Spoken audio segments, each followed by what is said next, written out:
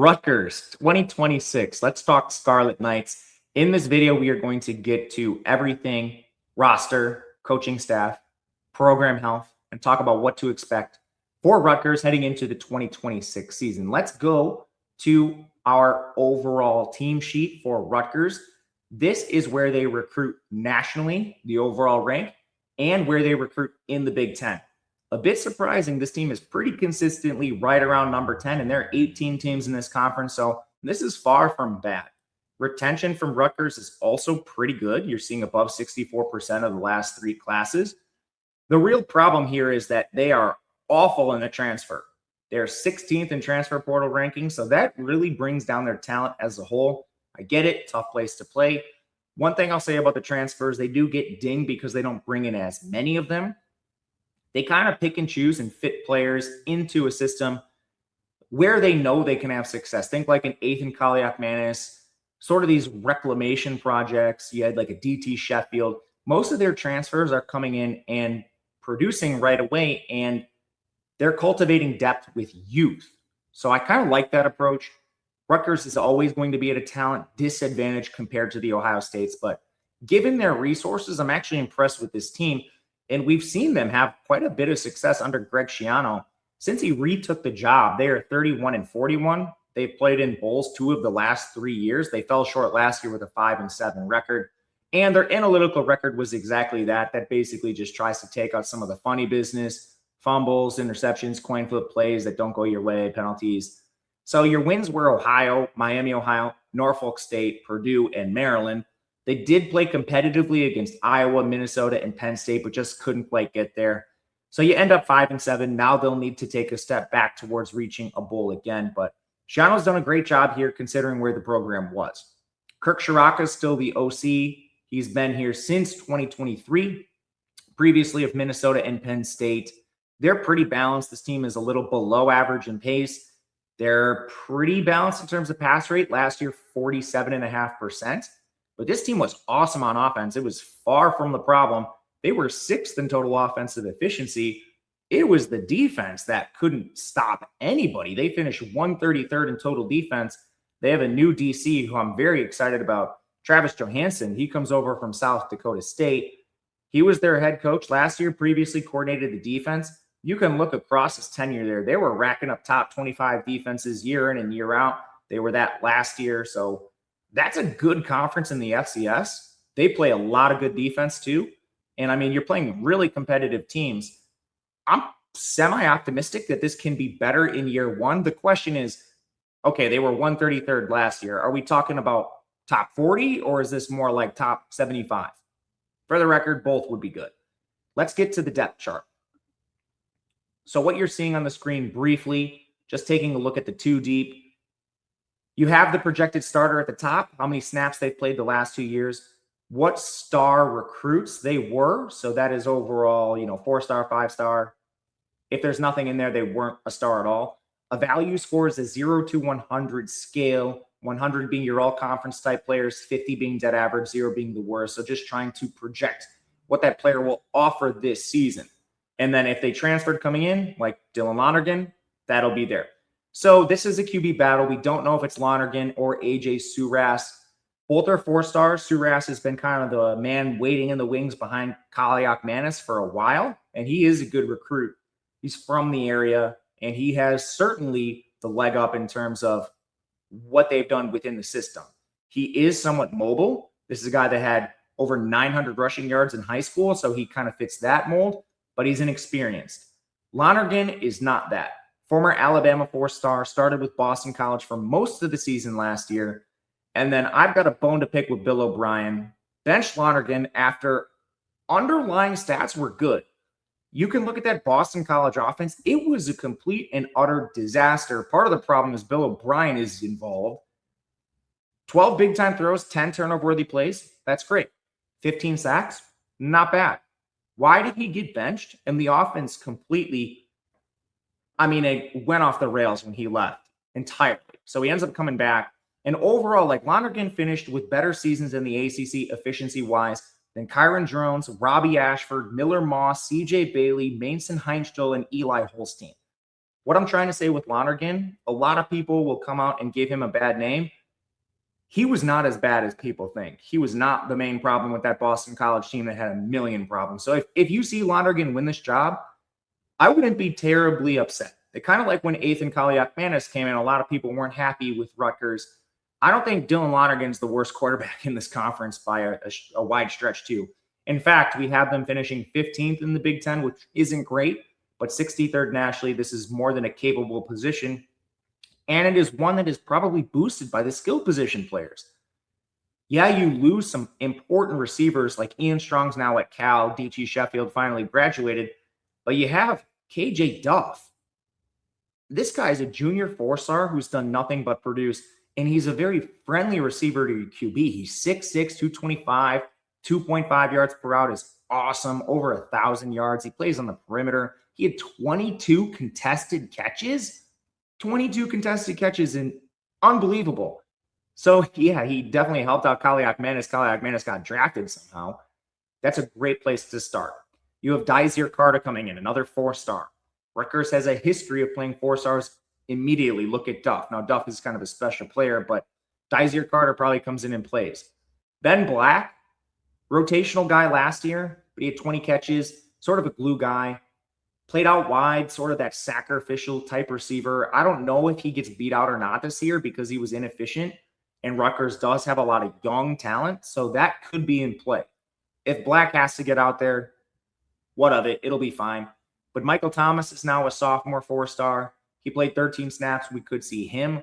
Both Jordan Houston and Vernon Allen were high 3-stars that played a couple snaps, now entering their sophomore seasons. You even have like DeGraffin Wright still here. He played a handful of snaps. Fama Torres back from injury. Elias Koch is another high 3-star in this class.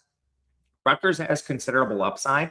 They currently rank 11th in our Big Ten wide receiver rankings, mainly because lack of production behind Duff, but they're 43rd nationally with some clear upside given their 4-stars on the roster right now that they can just play.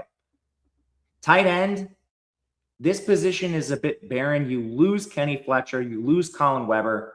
You return Mike Higgins and Logan Blake. Higgins played a bit in 24, but he was pretty below average across the board. Blake is enormous. He's basically kind of your 6th offensive lineman, so it's 265, only 1 catch last year. In fact, he only ran 24 routes. So that's kind of lackluster is, I think, the best way to put this. You bring in a couple low-level players like Cameron Anthony came in from Ball State. My problem with him is he was 21st percentile in the MAC. You have Jackson Gister. He's a walk-on. So, I mean, we have them ahead of one Big Ten team that puts them at 17th overall in tight end rankings. The only team we have them ahead of, funny enough, is Maryland. So this is probably not a difference-making position. I mainly think you should play Blake, use him as a 6th offensive lineman, kind of a glue guy, protect your QB. I think that's the best deployment at tight end given the resources that they put into it and what they have. Offensive line is sneaky. This team was 71st in pass blocking last year, 6th in run blocking. Now they lose a lot. Felter graduated. Gus Zelinskis, I always struggle with that name, which is a problem. His brother's still on the team. He graduated. Taj White went to Colorado. So the first place we start is right tackle Tyler Needham. Awesome season, 2-year starter, really good in the run game. 18 pressures allowed was around average, but he should lock in I think at right tackle is probably where he stays, considering you have options for left tackle, but he holds it down. Right tackle, you have Ryder Langsdale, you have Moshood Giwa. Langsdale is a former Lafayette transfer, missed the entire season last year, but he was 81st percentile in the FCS in 24, and he was a 3-year starter. If he doesn't work out, Giwa, he's played a decent amount too. We originally saw him with Long Island, where he was 62nd percentile, but he played a few snaps with Rutgers, so that's a potential option. And we even have Everett Small as an option, the Eastern Michigan transfer. He's just a bit small to play at this level, and we saw him start his career at center, so he probably kicks inside, but he's just a helpful guy to have in a pinch. You can play Everett Small at all 5 positions. So that's kind of where tackle shakes out. At guard, you have Asamoah returning. He's a multi-year starter, and he was awesome last year, so he locks in. That right side should be just held down immediately. Center, we mentioned it. Hank Zielinskis, he took a red shirt last year, but he was a starter at Colorado in 2024. He played 553 snaps, and he was above average there. I think he locks down center. That leaves just one position really up for grabs. I think with left tackle having an idea there, left guard is where I'm not sure. Dante Chin has played 478 snaps over 3 seasons. He was injured in week 2 last year, but he had already won the job. So there's tentative optimism with him. Isaiah Cook is a Delaware State transfer, 73rd percentile FCS. And they also have a decent 3-star in Jared Smith, a couple other deeper guys like Chris Vina, Terrence Salami. Rutgers ranks 9th in overall offensive line rankings for the Big Ten, which, believe it or not, is nearly top 25 nationally. That's how good some of the O-lines in the Big Ten are, if you can believe it. And again, this was a clear strength for the team last year. Should be a clear strength again this year. Speaking of, Antoine Raymond, what a season. It helps running behind a top 10 run blocking unit, but holy smokes, this guy had 1,238 rushing yards, 18 catches for another 224 yards, 884 yards after contact. Now, that's the important part of this and why he's so efficient and graded highly individually. Some of these stats try to take out what the running back did just to kind of isolate, see how good they actually were. You know, if you're playing behind Iowa's offensive line, you should look fantastic. But 884 yards after he got hit, 76 forced missed tackles. That is unbelievable efficiency. So Raymond, one of the best backs in the Big Ten. You also have your change of pace back, Ja'Shawn Benjamin. Depth should be okay for this team. Even like a Clay Thevenin from Louisiana Tech transferred in. This is a great running back room. They are 3rd in the Big Ten, 19th nationally. So you get to the offense as a whole. The biggest concern, without doubt, is QB. What do you get out of Lonergan or Suras? Receiver is good. Offensive line is loaded. Running back with Raymond gives you a foundation to maybe build on for a young QB. I'm pretty optimistic with this offense, and it was a great offense last year. And before we get to the defense, this video is brought to you by our College Football Summer Guide. We've been hard at work trying to get this to you ever since the spring. And what this includes for just $50, projections for every single game. That's a score, a total, and a spread. That means win totals for every single team, all 138. There will also be player projections for those of you involved in best ball. That's down to the statistical level. Think passing yards, passing touchdowns, etc. Depth charts for all 138 teams, which includes our value grading score. You've seen that on the screen in this very video. You'll get written analysis for most teams and players, which updates constantly throughout the summer. And that is a real separator for us versus the competition. Whenever news breaks, that will be immediately updated. You also get Discord access, which allows you to chop it up on any team, player, anytime there's a story. A lot of like-minded people in there just like you. You can also ask any question. Those will be addressed either here or in the Discord itself. And if you'd like to support in a smaller way, please consider liking the video, subscribing to the channel. That helps show YouTube that this content is actually worthwhile, and it gets us in front of new viewers in the long run, which just helps us keep doing this. You can also hype the video, leave a comment. Those are great ways to support the channel. And thank you if you've done any of that. It truly does help the channel grow. Last thing, if you or somebody you know has a gambling problem, please call or text 1-800-GAMBLER. Now, back to the video. Defense for Rutgers, no way around this. We need to improve everything. They were 133rd in run defense. They were 106th in pass rush. Surprisingly, they lose a decent amount of guys. And like a Jordan Walker off the edge went to Georgia Tech. Eric O'Neal's gone. Bradley Weaver's gone. Defensive line's going to be transfer heavy, but fortunately, they pick and choose their transfers well. Jaden Burnett was awesome at Tulsa. Elite in run defense, 27 pressures, 7 sacks. The guy has over 1,300 snaps. Malachi Davis comes over from Toledo, easily the best defense in the MAC, over 750 snaps the last 2 years. He had 36 pressures last year and 7 sacks. Another good run defender. The guy is over 250. Both of them are. So they have size. They have good rushing numbers. Now you just need to move this to the Big Ten, which admittedly is a big jump. And we adjust for that. For reference, when these players were at their respective G5 schools, G6 schools, like Burnett and Malachi Davis were getting towards like the 90th percentile. They get dinged nearly 15 to 20% in the value score, which is still awesome. But I mean, we're talking about taking some all-conference players from the G6. Your depth probably comes from DJ Allen, Pharrell, Nago. Both of these players have played a bit. I wouldn't say the expectation is too high other than rotational guys. They do have a 4-star freshman in Ronaldo Callaway, and they have a 4-star sophomore in YD Collier Johnson, who was a reclass last year. He came in very young. So I think you probably see one of those guys jump in right away. I wouldn't be surprised if they beat out either of the incumbents that have barely played.